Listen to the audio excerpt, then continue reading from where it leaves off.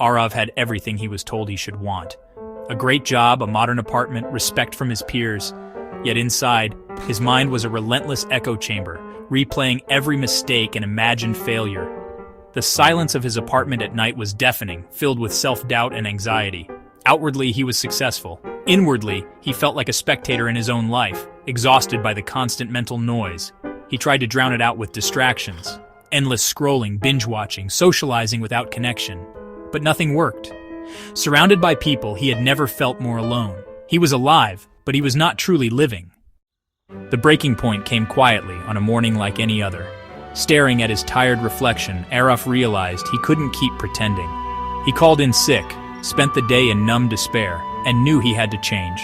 That evening, desperate for relief, he searched online for answers. How to stop overthinking, how to find peace. Most advice felt hollow, until he found a video of Kale, a former CEO turned mindfulness teacher.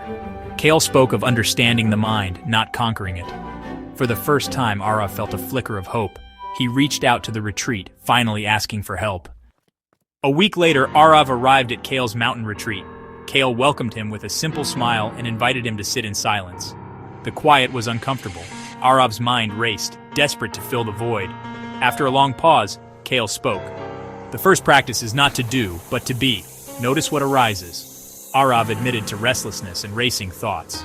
Kale reassured him, "You haven't failed. You've succeeded in noticing. The first step is not to silence your mind, but to listen to it." Arav realized he'd always fought his thoughts, never simply observed them. The hardest work was learning to sit with himself. The next day, Kale introduced the monkey mind, the restless, chattering part of us.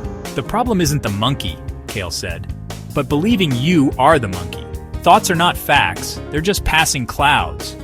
Kale guided Arav through meditation focus on the breath. Notice thoughts, label them gently, and return to the present.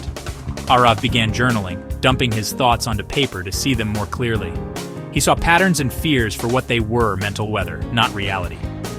Each time he noticed a thought without reacting, he grew stronger. The monkey was still there, but Arav was learning to be the sky. He was no longer a passenger, but a driver in his own mind. Life at the retreat settled into a rhythm: silence, meditation, mindful activities. Progress came in small wins. Noticing a stressful thought, letting it go, returning to the present. Kale reminded him, mastery is daily practice, not perfection. Setbacks happen. Some days the monkey mind was loud. Kale taught self-compassion. Notice when you fall and get back up kindly. Arav learned to treat himself with patience, seeing setbacks as opportunities to build resilience. He found moments of genuine quiet and beauty in simple things. The small wins accumulated, shifting him from constant reaction to conscious response. He was finally waking up to his own life. After 2 weeks, Arav left the retreat, nervous about returning to city life. Kale's advice: don't recreate the retreat, integrate its lessons into your daily world. Back at work, the old anxieties returned. But Arav was different. He started each day with silence, grounded himself with his breath, and used mindfulness in stressful moments.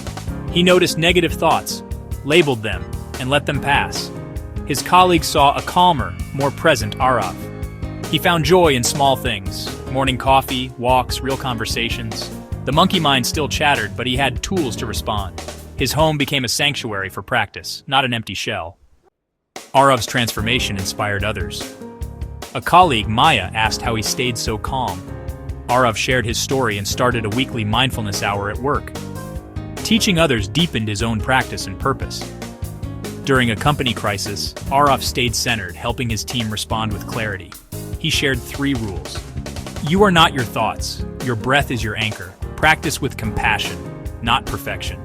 Mastery of the mind, he realized, is a practical skill, available to anyone willing to practice. Arav hadn't silenced the monkey, but he had become its master. And finally, the master of his own life.